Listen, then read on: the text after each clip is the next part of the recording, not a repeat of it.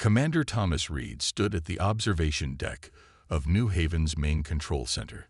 His knuckles turned white as he gripped the railing. Above him, the colony's last defense station exploded in a ball of orange flame that quickly died in the vacuum of space. The Dominion warships moved with cold purpose, their sleek purple hulls reflecting the light of New Haven's sun. "Sir, we've lost all orbital defenses," said the young officer beside him. The fear in her voice matched the panic spreading through the control room. Reed nodded slowly. He had seen this before. 3 other colonies had fallen in the past year. Each time, the pattern was the same. First, the orbital defenses, then the ground bombardment, then the landing parties to eliminate any survivors. "How long until they start the ground attack?" Reed asked. 20 minutes, maybe less." Reed turned away from the terrible sight above. New Haven had been the largest remaining human colony since Earth went silent 3 years ago. 2 million people lived here. Soon, most of them would be dead. His mind went to a locked memory he had tried to forget. Project Oblivion. A weapon system so powerful, so dangerous, that Earth's united government had shut it down. Reed had been one of the lead engineers. He knew what Oblivion could do. He had also hidden backup files of the research. "Get me a secure line to the research facility," Reed ordered. 10 minutes later, Reed rushed through the underground tunnels connecting the control center to the colony's research buildings.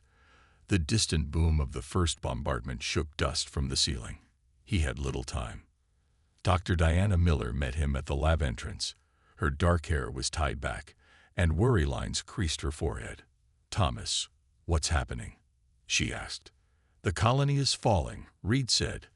"I need your help, and I need access to the quantum lab."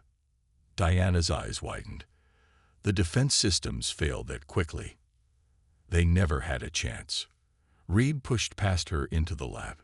"The Dominion ships are too advanced, but I know something that might help us fight back."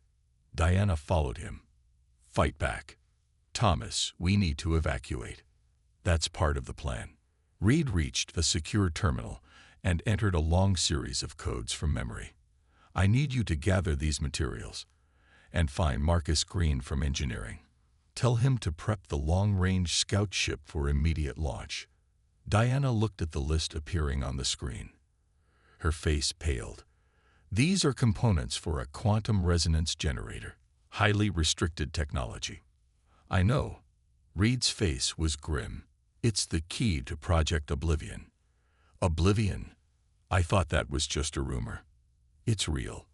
I helped design it before the government shut it down." Reed downloaded files to a secure drive. It was deemed too dangerous to develop further. But right now, dangerous is exactly what we need.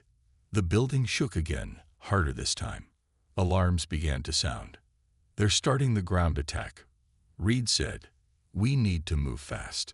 2 hours later, Reed stood in the small bridge of the Defiance, an experimental scout ship designed for long-range exploration.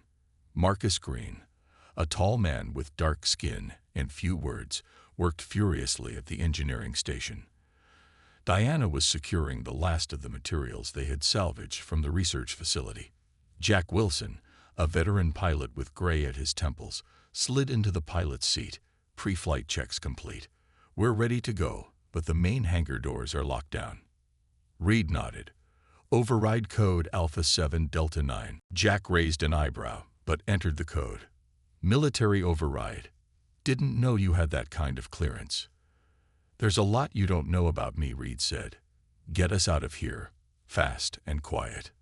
The Defiance slipped out of the hangar as explosions lit up the colony behind them. Reed watched the screens showing New Haven burning. Guilt and rage filled him in equal measure. "Setting course away from the Dominion ships," Jack said. "Where are we going?" "Callisto," Reed answered. "Jupiter's moon. There's an abandoned research outpost there. It's where the first Oblivion prototype was built. That's a 6-month journey, even with this ship's enhanced drive," Marcus said, looking up from his station.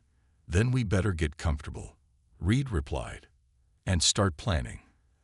As the Defiance accelerated away from New Haven, A Dominion patrol ship noticed them on sensors.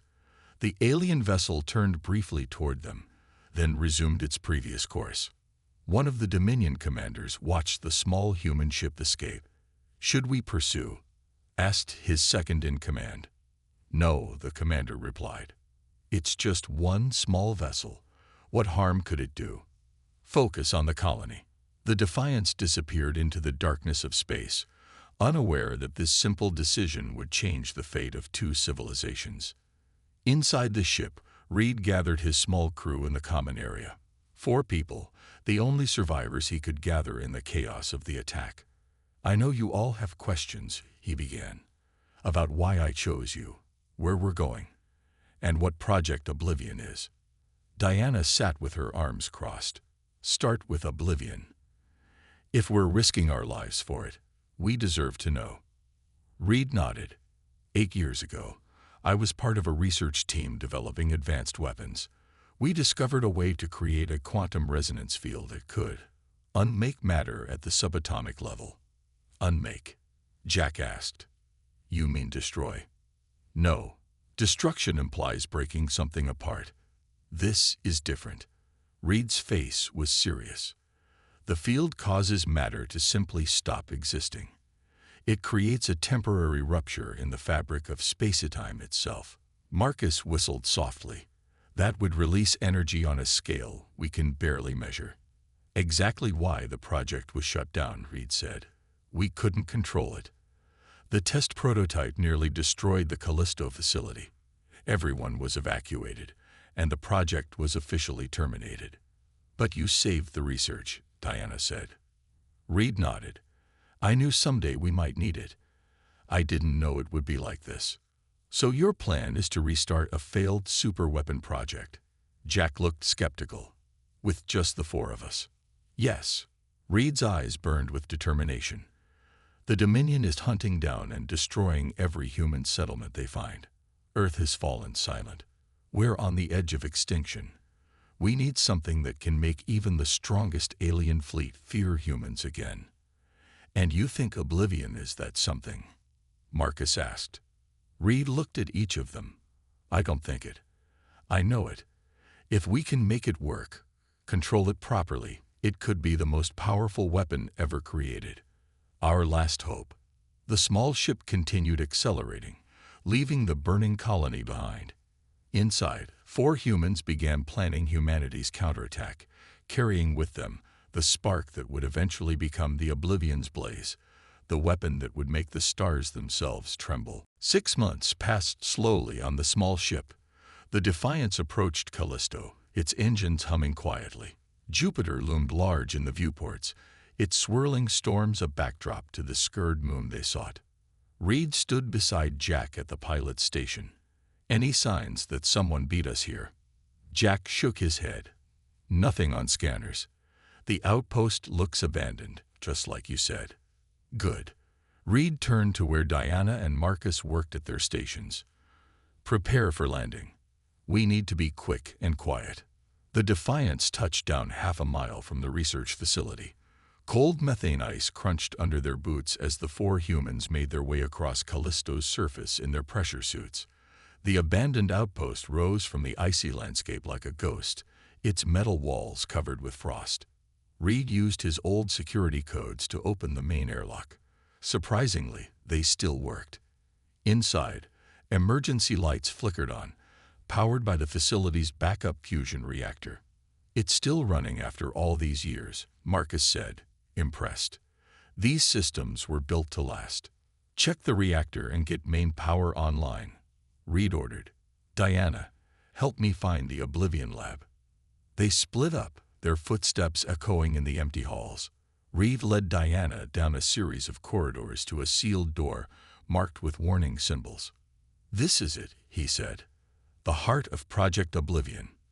The lab inside was large, dominated by a circular testing chamber. Dust covered everything, but the equipment looked intact. Diana ran her hand over a control panel. "I can't believe they left all this here," she said. "Too dangerous to move," Reed explained. "And the project was so secret that only a few people knew its location. Easier to seal it and forget it existed. They worked through the night, bringing systems back online. Marcus got the main power working, and soon the facility hummed with life again. Reed unpacked the research files he had saved years ago, uploading them to the lab's computers. In the following weeks, they settled into a routine. Reed and Diana worked on the Oblivion prototype, while Marcus reinforced the facility's structure. Jack took the Defiance on short reconnaissance flights, watching for any signs of Dominion ships. One evening, as they gathered for a meal, Diana looked up from her tablet with excitement in her eyes. "I think I've figured it out," she said. "Why the original prototype was unstable." Reed leaned forward. "Tell me." The quantum resonance field was uncontained. She showed them complex equations. "It's like, imagine throwing a stone in a pond. The ripples spread outward without stopping. That's what happened with the first test. Once the reaction started, it couldn't be controlled." "So how do we fix it?"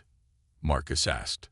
"We need to create boundaries for the field," Diana explained. "Like putting a wall around the pond so the ripples bounce back instead of spreading forever." Reed nodded slowly. "A containment system. That could work." They spent the next 4 months rebuilding the prototype. Marcus created special alloys for the containment chamber, working day and night at the facility's foundry. Diana refined the quantum equations, running countless simulations. Reed oversaw it all, his determination never wavering. The day came for their first test. They gathered in the control room, separated from the test chamber by thick walls. "Power at 20%, Diana reported. "Containment field stable." Reed took a deep breath. "Activate the resonance generator." A low hum filled the air. In the test chamber, a small sphere of metal sat on a platform. As they watched on monitors, the sphere began to shimmer, then fade, as if dissolving into nothing. "It's working," Diana said. "The quantum field is." An alarm blared. The control room shook. "Containment fluctuating," Marcus warned. "Power surge in the main reactor." Reed grabbed the controls. "Shut it down." Now, Diana worked frantically at her station. The humming grew louder, and the lights flickered. Then suddenly, everything went quiet. In the test chamber, the metal sphere was gone. A perfect circle was carved from the platform where it had sat. "We did it," Reed said quietly. "The Oblivion effect works." "But we nearly lost containment," Marcus pointed out. "The field almost broke free." Diana leaned back in her chair, exhausted. "We need more power to maintain proper containment. This facility's reactor isn't enough." Before Reed could respond, Jack burst into the control room. "We've got a problem." He led them to the communications center, where he had set up a listening post to monitor Dominion transmissions. "I picked this up an hour ago. It's from one of their command ships." The alien language had been translated by the computer. A cold voice spoke from the speakers. "The human colony on Europa has been located. Defense capabilities minimal. Prepare for standard extermination protocol. Arrival in 3 days." Reed's face hardened. "How many people on Europa?" "The mining colony." Jack thought for a moment. "Maybe 5,000. "We're not ready," Diana said. "The weapon isn't stable yet." Reed stared at the transmission data. "We need more information. Jack, take the Defiance and do a long-range scan of the Dominion fleet heading to Europa. Don't get close enough to be detected." Jack nodded and left. 3 days later, he returned with news worse than they expected. "It's not just a standard attack force," he told them as he showed them the scan results. "I intercepted more communications. They're using Europa as a gathering point. 7 alien species make up the Dominion, and representatives from all of them will be there." "Why?" Diana asked. "To celebrate." Jack's voice was bitter. "They think they've won." The messages talked about humanity being nearly eliminated. They called us a potential threat that they stopped before we could evolve further. Marcus frowned. "They're killing us because of what we might become." "Exactly." Jack pulled up one last recording. Listen to this. An alien voice spoke clearly. The humans show remarkable adaptability and technological progression. Our scientists project that if left unchecked for another 2 centuries, they would surpass even the Vedral in capability. The preventative action was necessary. Silence fell over the room. Reed finally broke it. They fear our potential, he said, and they're right to fear it. He turned to Diana. How soon can we get the Oblivion system working? We need a larger power source and a better containment system, she replied, and a way to focus the effect into a controlled beam rather than a sphere. Marcus stood up. I have an idea for the containment. If we create a layered field with counterwaves that push against the quantum effect. Reed nodded. Get to work on it. All of you. His eyes burned with new purpose. The Dominion thinks they've broken humanity. They think we're finished. He looked at the scan showing the alien fleet. We're going to show them how wrong they are. We're going to make them fear the name Oblivion. Outside the facility, Jupiter's storms raged silently against the black sky. Inside, 4 humans worked to forge a weapon from their desperation. A weapon that would soon make the stars themselves tremble. We need a bigger ship, Reed said, looking at the holographic display of their prototype weapon. The 4 of them stood in the Callisto facility's main lab, tired but determined after months of work. Marcus nodded in agreement. The Defiance is too small to house the Oblivion system. The power requirements alone would fry its systems. Not to mention the recoil would tear it apart. Diana added. She pointed to her calculations. The quantum backlash needs a massive hull to absorb it. Jack crossed his arms. So where exactly do we find a battleship? It's not like we can just build one. Reed's face showed a hint of a smile. Actually, I might know where to find one. He brought up an old star chart. The Baldwin shipyards. It was an Earth Alliance facility hidden in the asteroid belt. They were building a Dreadnought-class ship there when the war funding was cut. That was years ago, Diana said. If it exists, the Dominion would have found it by now. Reed shook his head. The shipyard was built inside a hollowed-out asteroid, designed to be invisible to sensors. Only top military officials knew its location. He tapped his head. And I memorized the coordinates before Earth fell. 1 week later, the Defiance drifted silently through the asteroid belt. Jack guided the ship with expert precision, avoiding the larger rocks that tumbled through space. We're approaching the coordinates, he said, but I don't see anything special. It's there, Reed assured him. He reached over and entered a code sequence into the communications system. This should trigger the recognition beacon. For a moment, nothing happened. Then a weak signal pulsed back. Jack adjusted course toward it, and they soon approached what looked like an ordinary large asteroid. I still don't see a shipyard, Marcus said. Reed pointed to a particular spot on the dark rock. There. See that flat area? It's a hangar door. As the Defiance drew closer, the flat area suddenly lit up with guide lights, previously invisible. A massive door began to slide open in the asteroid's surface. I'll be damned, Jack whispered. They guided the ship inside. The hangar was enormous, large enough to hold dozens of vessels. But it was the object floating in the center of the facility that drew their attention. Is that? Diana began. The Phoenix, Reed finished for her, Earth's would-be flagship. The ship was massive, at least 1 kilometer in length. Its hull was only partially complete, with some sections still showing the skeletal framework. But the main body was intact, its sleek lines promising both power and speed. It was never finished, Reed explained as they docked at the shipyard's control center. Budget cuts and politics. They mothballed the whole project. Over the next days, they explored the shipyard and the unfinished dreadnought. The facility's automated systems still functioned, powered by fusion reactors built into the asteroid itself. Maintenance robots moved along the ship's hull, following their endless programming to prevent decay. The main systems are intact, Marcus reported after examining the Phoenix's engine room. The drive cores were installed, but never powered up. Life support is functional in the central sections. What about defenses? Reed asked. Marcus brought up a schematic. Weapon hardpoints are in place, but most of the actual weapons were never installed. Same for the shield generators. Mounting brackets are there, but no generators. We can work with this, Reed decided. We'll focus on finishing the essential systems and integrating the Oblivion weapon. For 8 months, they worked to transform the incomplete dreadnought into a functional warship. Marcus focused on the engines and power systems, bringing the massive fusion reactors online. Diana adapted the Oblivion prototype to work on a larger scale, designing a focusing system that could direct the quantum field into a controlled beam. Jack discovered a hangar bay filled with unfinished fighter craft. He spent weeks getting several of them operational, giving the Phoenix at least some conventional firepower.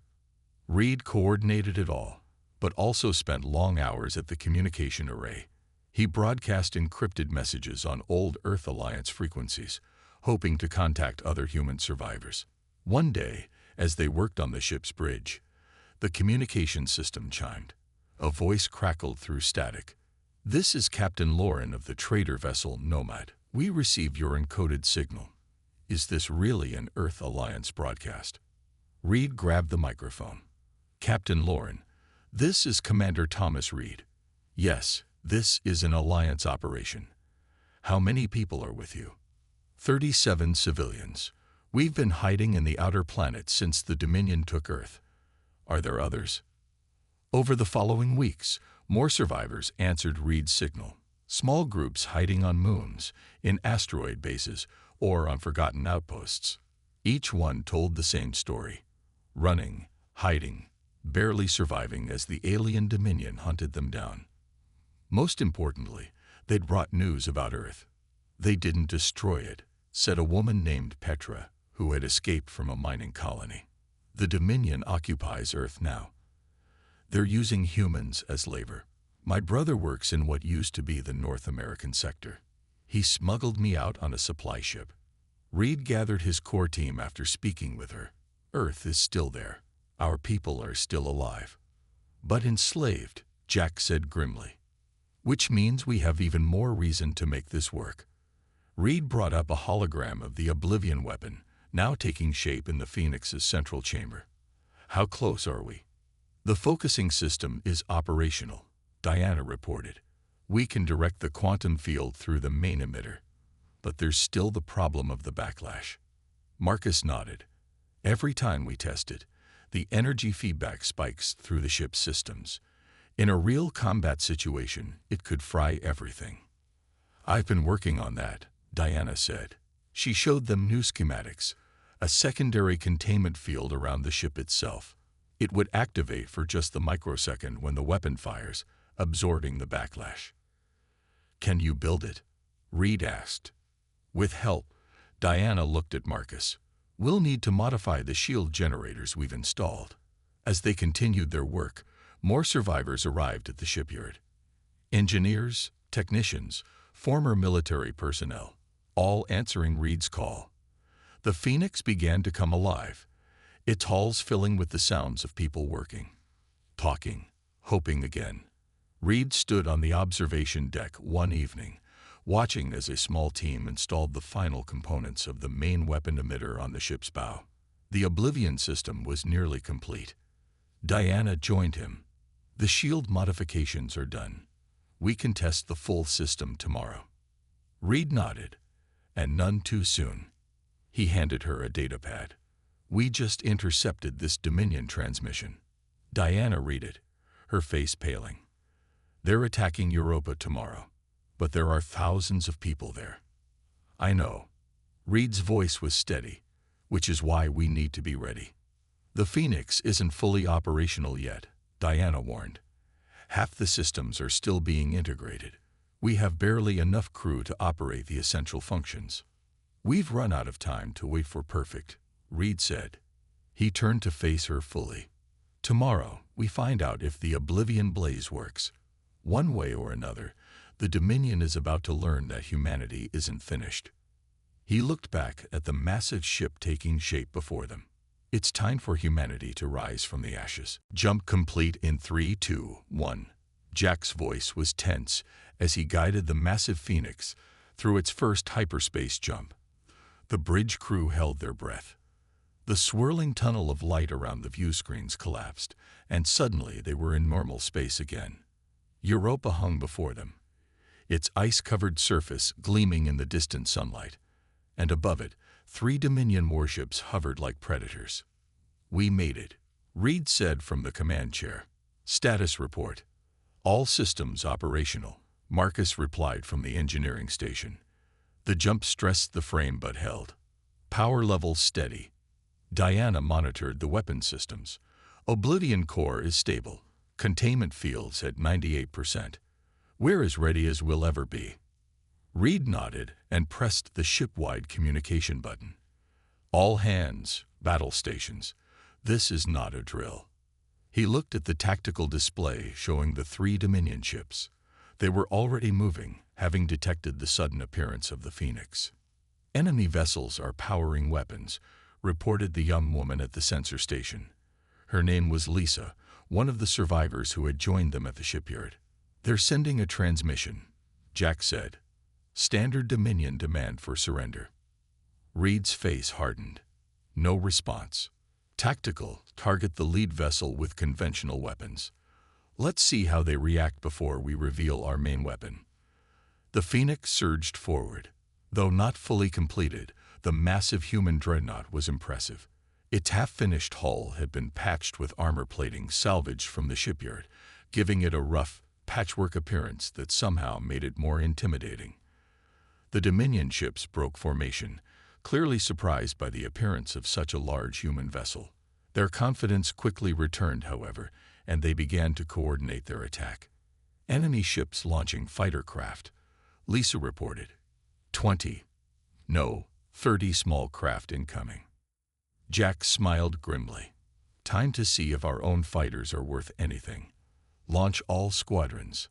A dozen human fighters launched from the Phoenix's bay. Jack had trained their pilots himself, survivors with varying degrees of flying experience. They were outnumbered, but they flew with the desperation of those fighting for their species' survival. The space around Europa erupted in combat.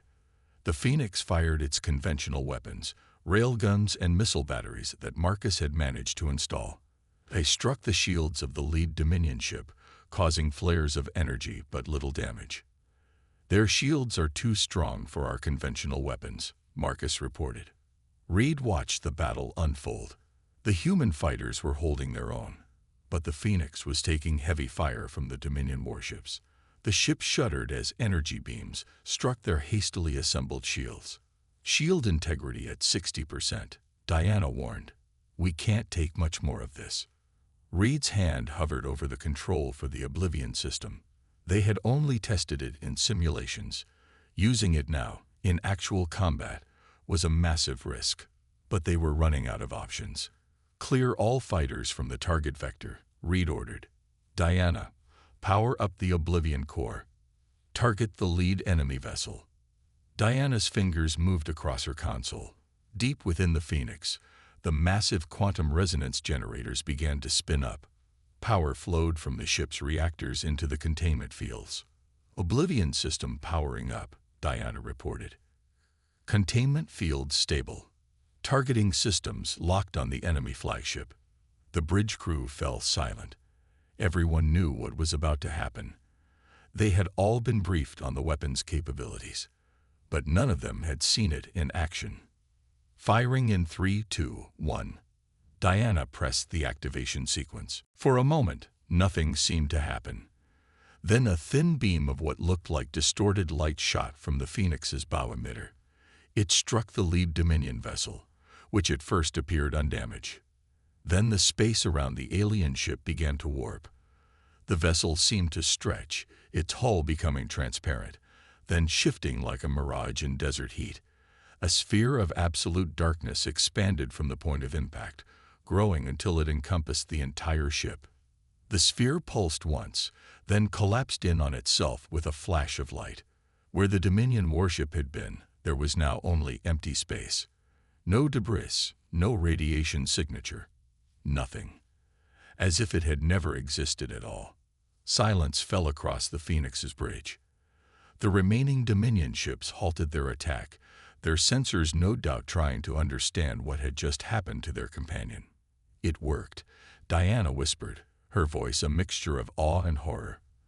The quantum field created a localized rupture in space-time, just as the theory predicted. Reed stared at the empty space where the enemy vessel had been. Status of our systems. Marcus checked his readouts. The backlash was contained by the shield. Minor power fluctuations, but all systems operational. We can fire again if needed. The two remaining Dominion ships suddenly began to move, accelerating away from the Phoenix. They're retreating, Jack said with a note of disbelief. They're actually running away.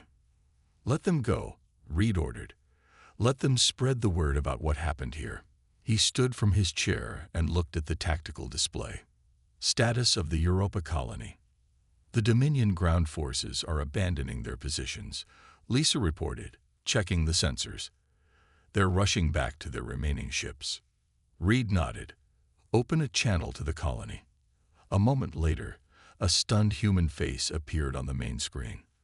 This is Administrator Pottle of Europa colony. Who? What ship is that? This is Commander Reed of the Earth Alliance vessel Phoenix, Reed replied. We've driven off the Dominion attack force. Your colony is safe for now. The administrator's eyes widened. Earth Alliance. But we thought. Everyone thought Earth had fallen. Earth is occupied, not destroyed, Reed said. And humanity is far from defeated. We'll send teams down to help with any damage and to establish proper communications. The fight has just begun. After the communication ended, Reed turned to his core team. This was just a test run, a proof of concept. Now we need to plan our next moves carefully. Diana was examining the weapon's performance data. The Oblivion system exceeded expectations. With some refinements, we could increase its power while reducing the energy requirements.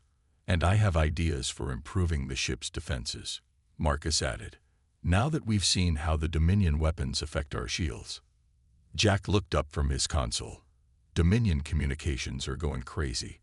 They're sending urgent messages throughout their network. I think we got their attention. Reed smiled grimly. Good. That was the point.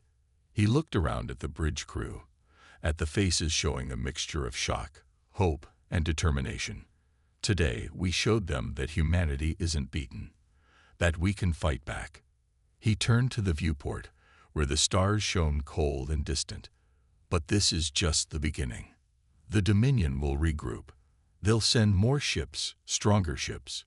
We need to be ready. Diana touched his arm. We will be.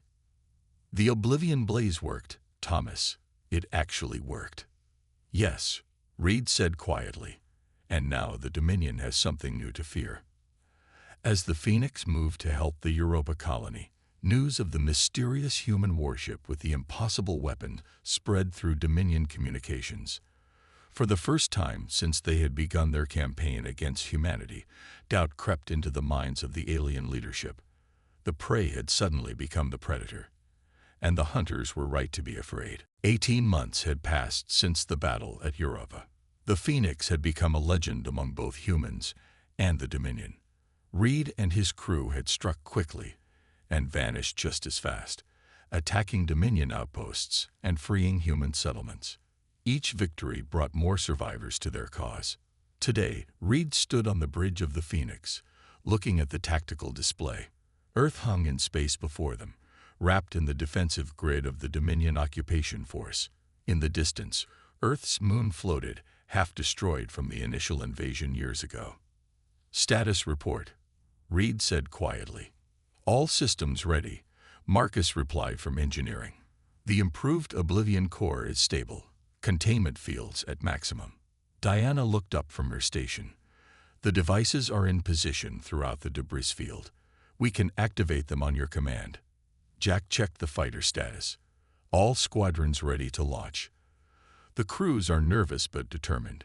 Reed nodded and looked around the bridge. The crew was larger now, filled with people rescued from Dominion control. They had trained hard for this day. The Dominion fleet is responding to our presence, Lisa reported from sensors. 123 warships moving to intercept, including the 7 Council flagships. Reed allowed himself a small smile. The plan was working. After months of guerrilla attacks, the Phoenix had deliberately revealed itself near Earth, drawing the entire Dominion main fleet into position. Open ship-wide communications, Reed ordered. When the channel opened, he spoke clearly. This is Commander Reed to all hands. Today we fight for Earth. Today we show the Dominion that humanity will not go quietly into extinction. Each of you knows your duty. Fight with courage. Fight with hope. Read out. He turned to Jack. Launch all fighters. Standard defense pattern. The Phoenix shuddered as its fighter squadrons launched. There were more of them now. 50 craft of various designs, crewed by the best pilots they had found among the survivors. The massive Dominion fleet approached, their formation precise and overwhelming. At their center flew 7 larger vessels, the flagships of the Council of 7, the leaders of the Dominion Alliance. They had come personally to witness the destruction of the human vessel that had caused them so much trouble. Enemy fleet is launching fighters, Lisa reported. Hundreds of them. Hold position, Reed ordered. Let them come to us. The battle began with a fury of energy weapons and missile fire. The Phoenix shook under the assault, its improved shields flaring with each impact. The human fighters engaged the Dominion craft, weaving through the debris field around Earth's orbit. Shield integrity at 70%, Marcus warned. We can't sustain this level of firepower for long. Reed watched the tactical display with intense focus. The Dominion vessels were moving exactly as predicted, surrounding the Phoenix, pressing their advantage of numbers. They think we're fighting a losing battle, Diana said quietly beside him. Let them think that, Reed replied. He checked the status of the devices they had planted throughout the debris field over the past months. Small, undetectable units that now waited for activation. The Phoenix continued to fight, appearing to struggle against the overwhelming force. Its weapons fired, its shields weakened, and slowly it was pushed toward the pre-selected position. All units in position, Jack confirmed. Ready when you are. Reed took a deep breath. Activate the containment field. Diana pressed the command sequence. Throughout the debris field, the hidden devices came to life, creating an energy net that covered the entire battle area. The Dominion ships immediately noticed the change, their sensors detecting the strange field surrounding them. They're trying to retreat, Lisa warned. Several ships are attempting to jump to hyperspace. They can't, Diana said with grim satisfaction. The field prevents it. They're trapped here with us. Reed nodded. Prepare the modified Oblivion system. Deep within the Phoenix, the massive quantum resonance generators spun up to full power. This version of the weapon was different, designed not for a single destructive burst, but for a sustained effect that could be controlled and directed. Targeting systems locked, Diana reported. We can initiate the sequence on your command. Reed looked at the tactical display one last time. The entire Dominion fleet was contained within the energy net, with only the 7 Council flagships positioned at the edge of the field, as they had planned. Begin the sequence, Reed ordered. Diana activated the Oblivion system. Unlike the beam they had used before, this time the Phoenix emitted a pulse of energy that spread outward, creating a ripple in the fabric of space itself. The ripple expanded, touching the first line of Dominion ships. The effect was immediate and terrifying. Ships caught in the quantum field began to warp and stretch, their matter becoming unstable as space-time itself ruptured around them. One by one, they vanished, not exploding, not breaking apart, but simply ceasing to exist. The wave continued outward, precisely controlled by Diana's targeting systems. It swept through the Dominion fleet, erasing ship after ship from existence. Those at the very edge were only partially caught, their hulls tearing apart as gravity itself bent and twisted around them. In less than 5 minutes, nearly the entire Dominion fleet was gone. Only the 7 Council flagships remained, deliberately spared by the precise targeting of the quantum field. Silence fell across the bridge of the Phoenix. Even those who had known what the weapon could do were shocked by the scale of destruction, or rather, the scale of erasure, for there was no debris, no wreckage, only empty space where a fleet had once been. "Open a channel to the Council flagships," Reed ordered, his voice steady despite the weight of what they had just done. The main screen lit up with 7 alien faces, each from a different species of the Dominion Alliance. Their expressions ranged from shock to fury to fear.